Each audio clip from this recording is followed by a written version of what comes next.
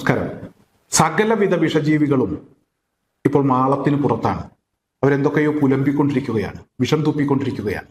ഇരിക്കപ്പുറതിയില്ല, നിൽക്കാനും ഇരിക്കാനും വയ്യ. മുസ്ലിം ലീഗ് എന്ന പാർട്ടിക്കു മേലെ കുതിര കയറിക്കൊണ്ടിരിക്കുകയാണ്.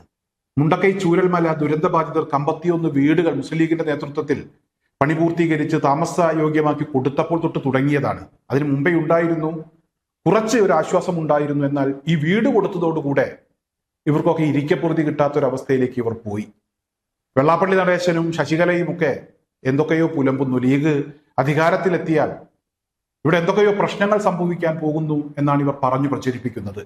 മുന്നണി സംവിധാനങ്ങളൊക്കെ പൊളിച്ചെഴുതണം, ലീഗിനെ അധികാരത്തിൽ നിന്ന് മാറ്റി നിർത്തണം, സൂക്ഷിച്ചാൽ ദുഃഖിക്കേണ്ടി വരില്ല, സൂക്ഷിച്ചില്ലെങ്കിലും ദുഃഖിക്കേണ്ടി വരില്ല, കാരണം ഈ ദുഃഖിക്കേണ്ട ആളുകളൊന്നും പിന്നെ ഈ ഭൂലോകത്തുണ്ടാകില്ല എന്ന് വരെ ശശികല പറഞ്ഞിട്ടുണ്ട്.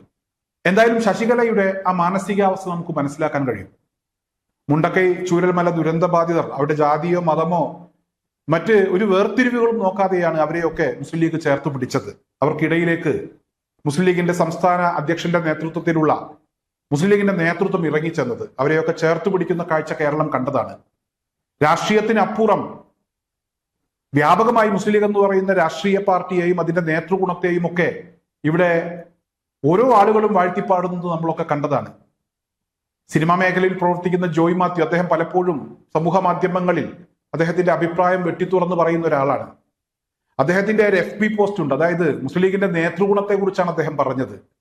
അതായത് മുസ്ലിം ലീഗ് കൊടുത്ത വീടാണ് എന്ന രീതിയിൽ ഒരു പാർട്ടി പ്രവർത്തകനും മുണ്ടക്കൈ ചൂരൽമല ആ വീട് കൊടുത്ത് ആ വീട്ടുകാർക്കിടയിലേക്ക് തള്ളിക്കയറി വരരുത്, അവിടെ വന്ന് ഫോട്ടോ എടുക്കാനും റീൽസ് എടുക്കാനും ഒന്നും നിൽക്കരുത്. പാർട്ടി പ്രവർത്തകരൊക്കെ അക്കാര്യത്തിൽ പ്രത്യേകം ശ്രദ്ധിക്കണം, അവരുടെ സ്വകാര്യത മാനിക്കണം എന്നാണ് സ്വാദിഖ് അലി ശിഹാബ് തങ്ങൾ പറഞ്ഞത്. ആ പറഞ്ഞത് അതുപോലെ തന്നെ പാർട്ടിയുടെ പ്രവർത്തകർ അണികൾ കേട്ടു.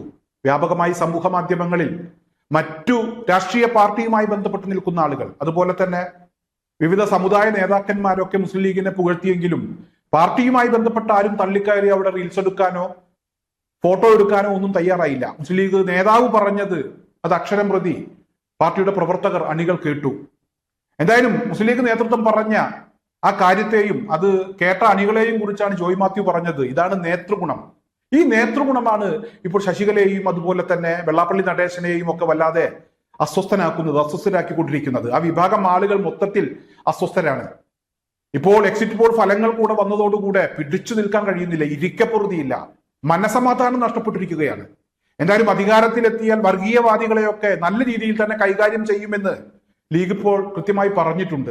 അധികാരം ഏറെക്കുറെ UDF തന്നെയാണ് കേരളം ഭരിക്കാൻ പോകുന്നത് എന്നതിന്റെ കൃത്യമായ സൂചനകൾ വന്നു കഴിഞ്ഞു. എന്തായാലും ഇപ്പോൾ ഇടിവെട്ടേറ്റവനെ പാമ്പ് കടിച്ചു എന്ന രീതിയിലുള്ള ഒരു വാർത്ത കൂടെ പുറത്തു വരുന്നുണ്ട്. ഗൗരിയമ്മ രൂപീകരിച്ച JSS എന്ന് പറയുന്ന രാഷ്ട്രീയ പാർട്ടി, ആ പാർട്ടിയുടെ കൊല്ലം ജില്ലാ കമ്മിറ്റി, കൊല്ലം ഘടകം, അത് പൂർണ്ണമായും മുസ്ലിം ലീഗുമായി യോജിച്ച് പ്രവർത്തിക്കാൻ തീരുമാനിച്ചു, ലീഗിൽ ലയിക്കാൻ തീരുമാനിച്ചു. അതിന്റെ ആ ലയന സമ്മേളനമൊക്കെ നടന്നു എന്നുള്ളൊരു വാർത്തയാണ്. കൂടുതൽ ആളുകൾ മുസ്ലിം ലീഗ് എന്ന് പറയുന്ന രാഷ്ട്രീയ പാർട്ടിയെ അംഗീകരിച്ച് അതിന്റെ നേതൃഗുണത്തെ അംഗീകരിച്ച് ഈ പാർട്ടിയുമായി സഹകരിച്ച് പ്രവർത്തിക്കാൻ തയ്യാറാകുന്നു. ഈ പാർട്ടിയെ മറ്റിതര രാഷ്ട്രീയ പാർട്ടികളിലുള്ള ആളുകളും നേതാക്കന്മാരും അണികളുമൊക്കെ സംഭവം ഞങ്ങൾക്ക് ലീഗിനോട് അതൃപ്തിയൊക്കെ ഉണ്ട്, പക്ഷേ ലീഗ് ഇപ്പോൾ ചെയ്തുകൊണ്ടിരിക്കുന്ന കാര്യത്തെ അംഗീകരിക്കാതിരിക്കാൻ കഴിയില്ല, അഭിനന്ദിക്കാതിരിക്കാൻ കഴിയില്ല എന്ന് പറഞ്ഞ് ചേർത്ത് പിടിക്കുന്ന കാഴ്ചയൊക്കെ കാണുമ്പോൾ ശശികലക്കും വെള്ളാപ്പള്ളിക്കും അവരുടെ അനുയായികൾക്കും ഒന്നും ഇരിക്കപ്പുറതിയില്ല.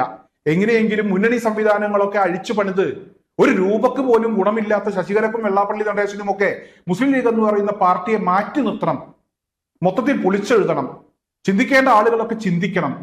ഇവിടെ ഈ തിരഞ്ഞെടുപ്പിന് മുമ്പ് TP സെൻകുമാർ എന്ന് പറയുന്ന BJPയുടെ നേതാവ്, പഴയ DGP, അദ്ദേഹം പറഞ്ഞിരുന്നു VD സതീശനെ തോൽപ്പിക്കണം, അതുപോലെ ചില ആളുകളെയൊക്കെ തോൽപ്പിക്കേണ്ടതുണ്ട്. അത്തരം ആളുകളെ തോൽപ്പിക്കുന്നതിന് വേണ്ടി അവിടെ വിജയിക്കാൻ സാധ്യതയുള്ള പാർട്ടി ആരാണ്, സ്ഥാനാർത്ഥി ആരാണ്, അവരെ പിന്തുണക്കണം എന്നൊക്കെ പറഞ്ഞ് ഇവിടെ അവരുടേതായിട്ടുള്ള ചില അഭിപ്രായങ്ങളൊക്കെ പങ്കുവച്ചിരുന്നു. എന്തായാലും ശശികലയും വെള്ളാപ്പള്ളിയും ഒക്കെ ഇപ്പോൾ അതേ പാതയിലാണ് സഞ്ചരിച്ചു കൊണ്ടിരിക്കുന്നത്. എന്തായാലും ശശികലയോടും വെള്ളാപ്പള്ളിയോടും TP സെൻകുമാറിനോടും ഒക്കെ എനിക്ക് പറയാനുള്ളത്, നിങ്ങളൊക്കെ എങ്ങനെ മരിച്ചു പണിയെടുത്താലും ഇവിടെ കേരളത്തിൽ ആ പണികളൊന്നും വിലപ്പോകില്ല. നിങ്ങളെയൊക്കെ ജനം അത്രക്കേ കാണുന്നുള്ളൂ. ഒരു വിലയും നിലയുമില്ലാത്ത വിഷം തുപ്പാൻ വേണ്ടി മാത്രം ജനിച്ച ആളുകൾ എന്ന രീതിയിലെ നിങ്ങളെയൊക്കെ എടുക്കുന്നുള്ളൂ. അതുകൊണ്ട് നിങ്ങളൊക്കെ, ഞാൻ പറഞ്ഞല്ലോ, എങ്ങനെ മരിച്ചു പണിയെടുത്താലും ഇവിടുത്തെ ഈ ഒരു മതേതര സംവിധാനം, ജനാധിപത്യ സംവിധാനം, ഇതിനൊന്നും കോട്ടം തട്ടിക്കാൻ നിങ്ങളെ കൊണ്ട് കഴിയില്ല.